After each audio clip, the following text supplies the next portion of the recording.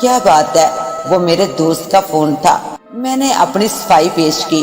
ظفر، میں نہیں جانتی تھی کہ تم نے اپنی شان و شوکت کی یہ عمارت کسی بے گناہ کے خون پر رکھی ہے۔ اس نے سخت لہجے میں مجھ سے دریافت کیا۔ کیا مطلب؟ مجھے تمہاری بات سمجھ نہیں آئی۔ چلو کمرے میں بات کرتے ہیں، میں نے اس کا ہاتھ پکڑتے ہوئے کہا۔ نہیں، اس نے سختی سے ہاتھ چھڑایا۔ چند لمحوں کے توقف کے بعد وہ بولی، جانتے ہو وہ پر اسرار آواز، جیسے ریل انجن جیسی آواز، آج اس نے لفظوں کا روپ اختیار کیا۔ اچھا، تمہارا وہم ایک دن تمہیں کہیں کا نہیں چھوڑے گا، میں نے غصے میں کہا۔ نتاشا میری بات کو نظر انداز کرتے ہوئے اپنا بیان جاری رکھتے ہوئے بولی، تم نے اپنی بیوی سیرا کو مار دیا کسی شیطانی قوت کو سکون دینے کے لیے۔ سیرا کی لاش اب بھی اس کوہی میں موجود ہے۔ میں حیران رہ گیا کہ نتاشا کو سچ کا کیسے پتا چلا۔ یہ جھوٹ ہے، الزام ہے، میں چلا کر بولا۔ میں نے پولیس کو فون کر دیا ہے۔ اگر تم سچے ہو تو تم کو کوئی ڈر نہیں ہونا چاہیے۔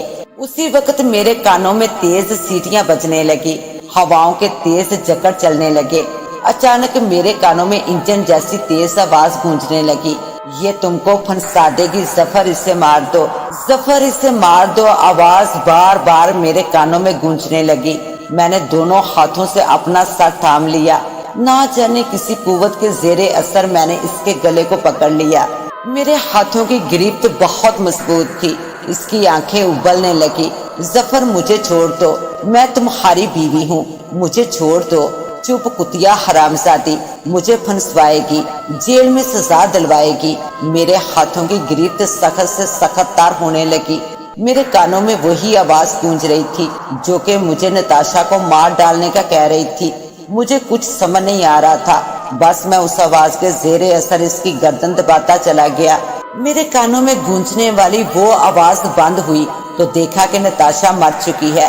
اس کی لاش دیکھ کر میں گھبرا گیا۔ میرا جنون، ساری وحشت، وہ آوازیں اب ختم ہو چکی تھی۔ میرے سامنے نتاشا مردہ حالت میں پڑی تھی۔ مجھے سخت افسوس ہوا کہ میں نے یہ کیا کر دیا، جس سے پیار کیا اسے ہی مار دیا۔ اچانک مجھے ایسا لگا کہ دروازے پر کوئی ہے۔ میں گھبرا گیا کہ اس وقت کون ہو سکتا ہے، کیا پولیس تو نہیں؟ نتاشا نے پولیس کو فون کیا تھا۔ اچانک دروازہ خود بخود کھلنے لگا۔ آنے والے کو دیکھ کر میں چونک گیا۔ صوفیہ، تم اس وقت؟ میں شدید گھبرا گیا تھا۔ ہاں، میں اس وقت۔ آج میں بہت خوش ہوں، میری بے چین روح کو سکون مل جائے گا، وہ کہکا لگا کر بولی۔ کیا مطلب ہے تمہاری بات کا؟ وہ میں ہی تھی، ظفر، جس نے تمہیں اس ویران سڑک پر ڈرایا تھا۔ میں نے سوچا کہ میں تم کو مار دوں، مگر میں نے تم کو چھوڑ دیا۔ 4 سال سے تڑپتی میری روح اتنی جلدی تم کو کیسے مار دیتی؟ پھر میں نے نتاشا کو ڈرایا ان پر اسرار آوازوں سے، اسے تمہارا سچ بتایا، تمہارے دل میں اپنی محبت پیدا کی، تمہیں اتنا مجبور کیا کہ تم نتاشا کو مار دو۔ اتنا کہہ کر وہ خاموش ہوئی۔ میں حیرت سے اس کی باتیں سن رہا تھا کہ نہ جانے وہ کیا اناب شناب بک رہی تھی۔ کیا بول رہی ہو تم دیکھو، میں نے اسے راستے سے ہٹا دیا، اب ہم شادی کر سکتے ہیں، میں نے مسکرا کر کہا اور آگے بڑھنے کی کوشش کی، لیکن میرے پیر جیسے فرش پر چپک گئے تھے۔ میں ہل بھی نہ سکا اور آگے بڑھ نہ سکا۔ میری بات سن کر اس کے ہونٹوں پر پھیکی سی مسکراہٹ دوڑ گئی۔ تم انتہائی بے غیرت اور بے حیا انسان ہو۔ میں نے کہا تھا نا کہ میں موت کے بعد تمہیں نہیں چھوڑوں گی۔ جانتے ہو میں کون ہوں؟ نہیں، میں نے دھیرے سے کہا۔ تو دیکھو، وہ چلا کر بولی۔ میں نے دیکھا کہ اس کا چہرہ تبدیل ہونے لگا۔ اس کا بدلتا روپ دیکھ کر میں چیخ پڑا۔ وہ کوئی اور نہیں بلکہ سیرا تھی، جس کے انتقام نے مجھے یہاں تک پہنچا دیا تھا۔ میں نے بھاگنے کی کوشش کی لیکن بھاگ نہ سکا اور گرفتار ہو گیا۔ جب مصیبتیں آتی ہیں تو چاروں طرف سے آتی ہیں۔ میری گرفتاری کے 2 دن بعد میرے مینیجر نے بتایا کہ جو کروڑوں کا مال ہم نے باہر بھیجا تھا وہ لو کوالٹی کی وجہ سے مسترد ہو گیا۔ اس صدمے سے میں دوچار تھا کہ مینیجر نے لوگوں کی تنخواہیں لے کر راہ فرار اختیار کر لی۔ میں ایک ہی ہفتے میں تباہ و برباد ہو گیا۔ عدالت نے مجھے نتاشا کے قتل کے جرم میں پھانسی کا حکم سنایا۔ اب میں جیل میں ہوں، پھانسی کا منتظر ہوں اور دن رات سیرا اور نتاشا کو یاد کر کے آنسو بہاتا ہوں۔ شاید میری داستان سن کر لوگ سبق حاصل کر لیں کہ عاجزی ہی سب سے اچھی چیز ہے۔ اس بوڑھے جادوگر نے ٹھیک کہا تھا، وہ مجھے اندھیرے میں دیکھتا ہے۔ دنیا کی عدالت میں تو میرا فیصلہ ہو گیا، مگر اللہ کی عدالت میں ابھی فیصلہ ہونا باقی ہے۔ اس کے ساتھ ہی اب مجھے دیں اجازت، ملتے ہیں انشاءاللہ ایک نیو کہانی کے ساتھ۔ تب تک کے لیے اللہ نگہبان۔